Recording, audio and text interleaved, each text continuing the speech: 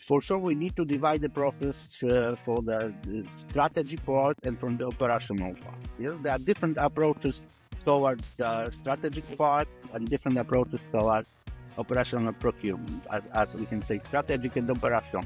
Yeah? So more value creation during the strategy phase and more automation and using AI, as we can say for now, because I'm still chasing these real examples of AI implementation, not only as a buzzword or defining that can be used in every part of the process. I'm still chasing these examples of real implementation. So automation during the operational procurement phase and connecting with the tool. So the tools for these two parts are a little bit different and have a little bit different measure even in the number of users.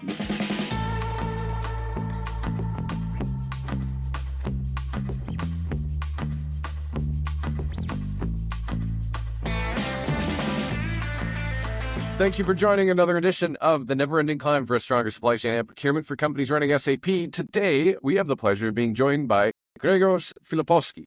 I'm happy to be here, Sean. Thank you very much for the invitation. Yeah, I love it. This is super fun. And this is another one of those examples of two people that have known each other on LinkedIn for like a year or two and then finally get a chance to connect and share things on our heart to go help more people. It's always good to move from the LinkedIn to have seen each other with the face-to-face contact. Hopefully, the next step will get to meet in person. In person, yeah. Next year at DPW or something like that, we'll find a time. So for everybody that doesn't know Grzegorz, he is a procurement solutions, consulting, implementation, delivery expert, years of experience in change management, and he's more business than technical. And he's got experience delivering across a whole different stack of technologies, whether it's SAP or Coupa or Valua or all sorts of other ones. And that different experience, I think, is really important for people to hear from, because when you look up and out from sometimes what is only a narrow zone, you can learn a lot from things that are technology agnostic. And Grzegorz, that was, I think, one of the most important things that I know we were talking about of what good looks like when you're preparing an organization. If you're a procurement leader or an IT leader, you're getting ready for this kind of digital transformation. Everyone loves the term, but you're getting ready to go and make an investment to make things better. What do you see as the most important thing to prepare? Yeah, it's always a matter of the discussion with the CEOs or with the board, just showing them what would be the next step after the implementation of the software. So not only counting on the project and then showing them the phases, but also what they will get, what the organization will get at the end, at the green zone, whether we will have the support. The most important thing concerning the procurement software is that we have these three parts or three stakeholders. Yeah, we have the inside of the organization, we have the procurement team, and we have the supplier. So it is always good to be prepared for these three streams. So we are talking with the stakeholders, defining the aims, defining what we will get after the implementation or after the go live or after the support, just to have some defined metrics, what we will get.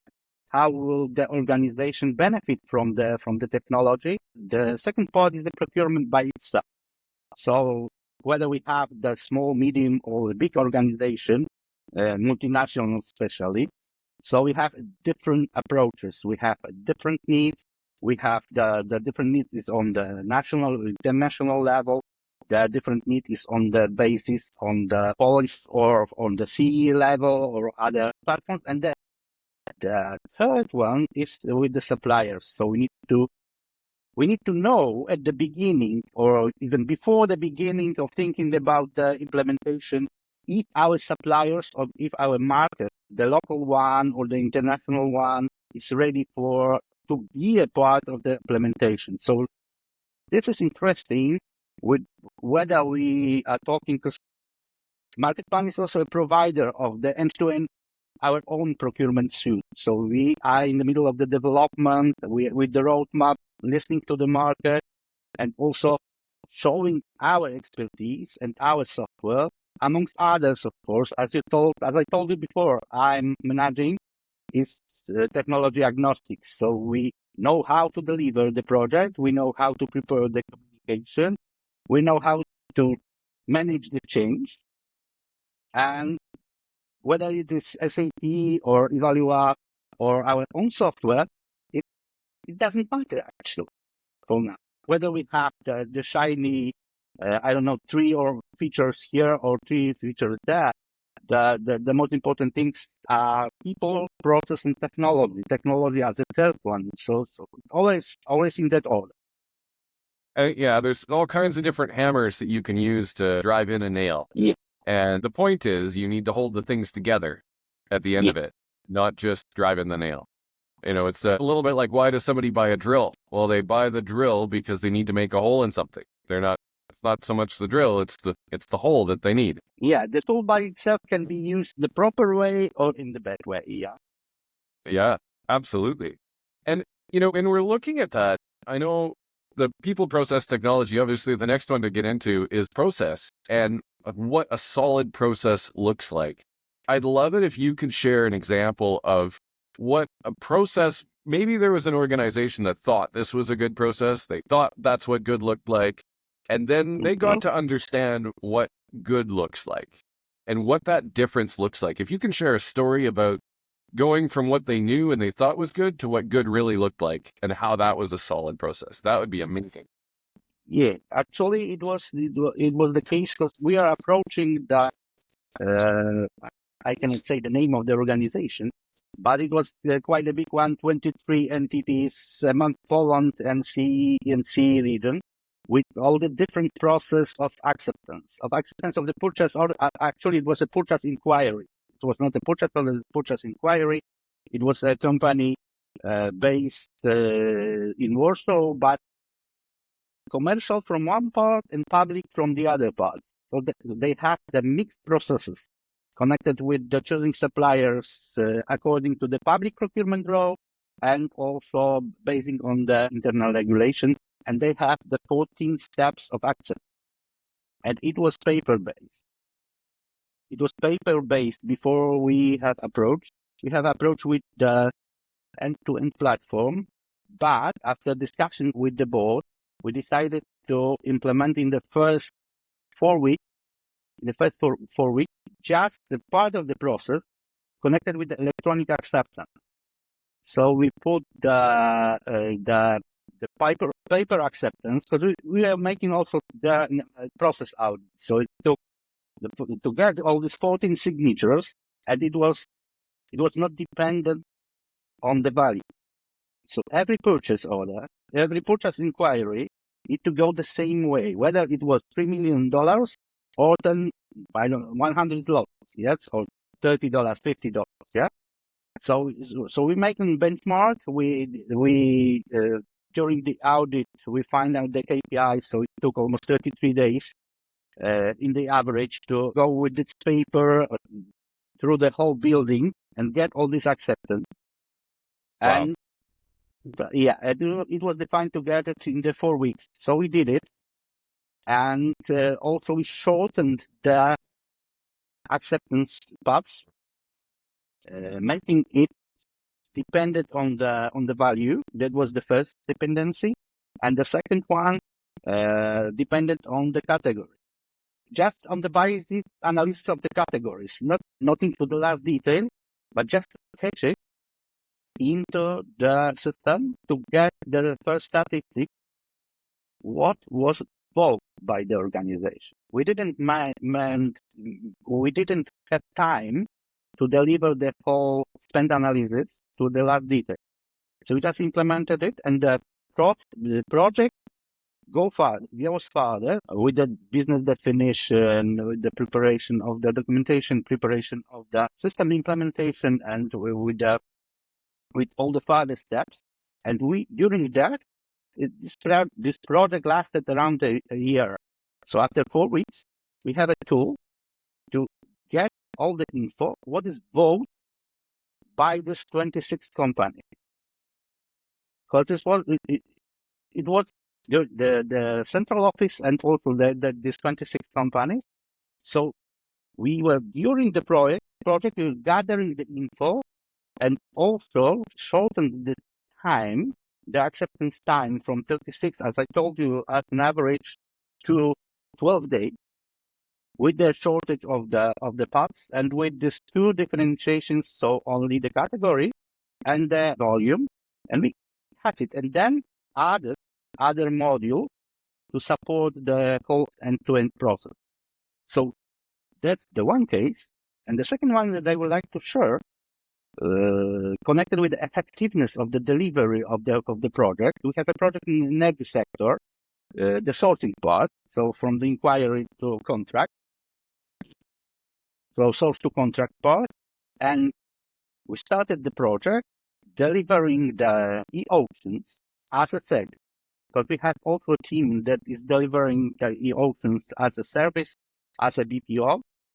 So after the third auction, and the auctions were delivered as a part of the RFPs. So they have the RFP delivered, they have the offers, and the auctions were all only as a part of the negotiations. So after the third auction, we have gained so much money for them that all the project, and I can assure you it was a $100,000 project.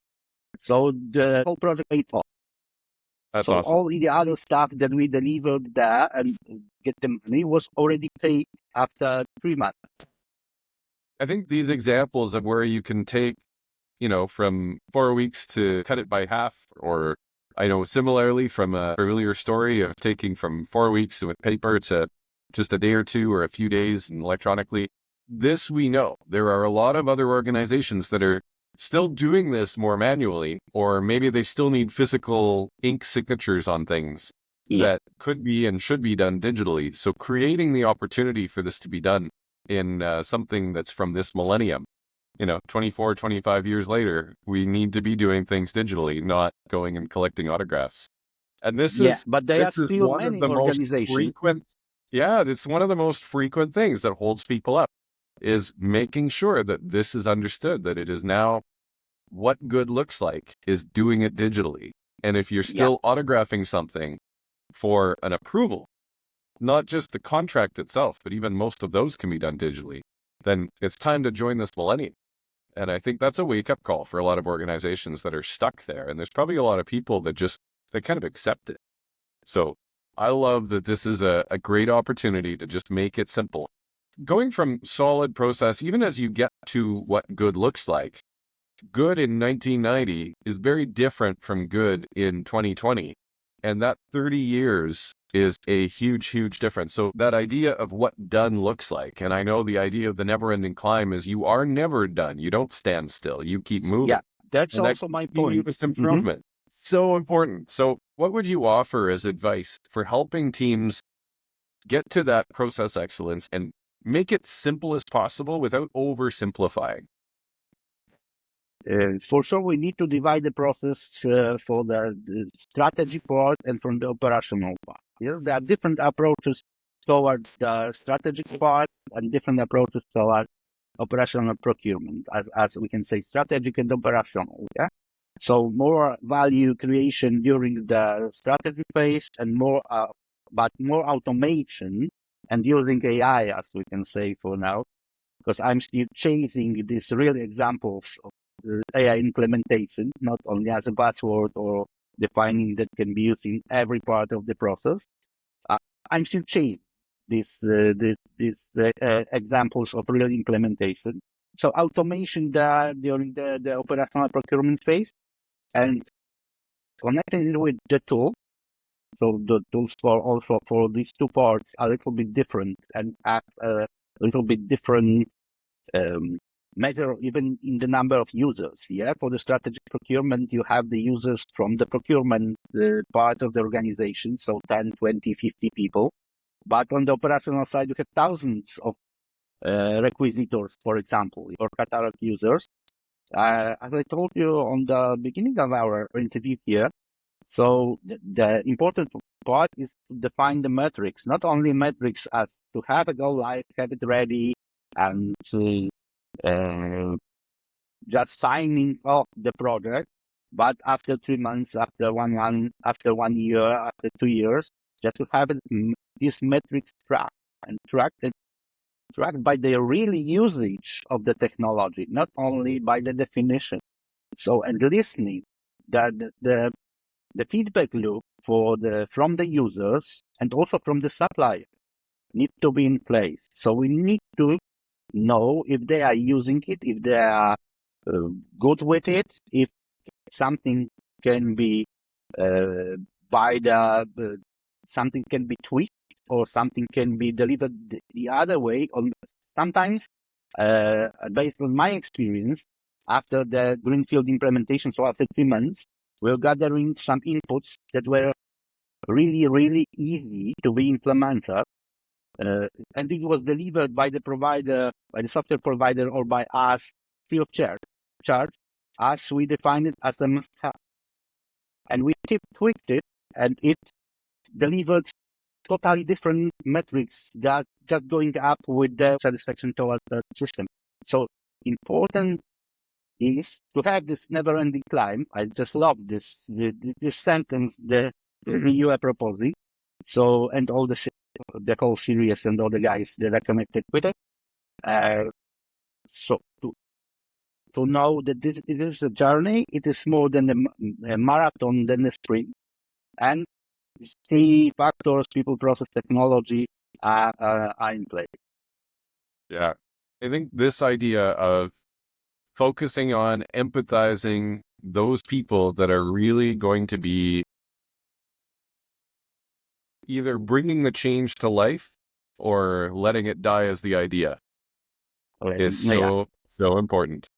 Grzegorz, I really appreciate you taking time this evening from your day to join us, and thank you for sharing your experience with them. And I know for everybody watching, this has been another edition of The Never Ending Climb for a stronger supply chain for companies running SAP. Thanks so much, everybody. Have a great day. Thank you very much.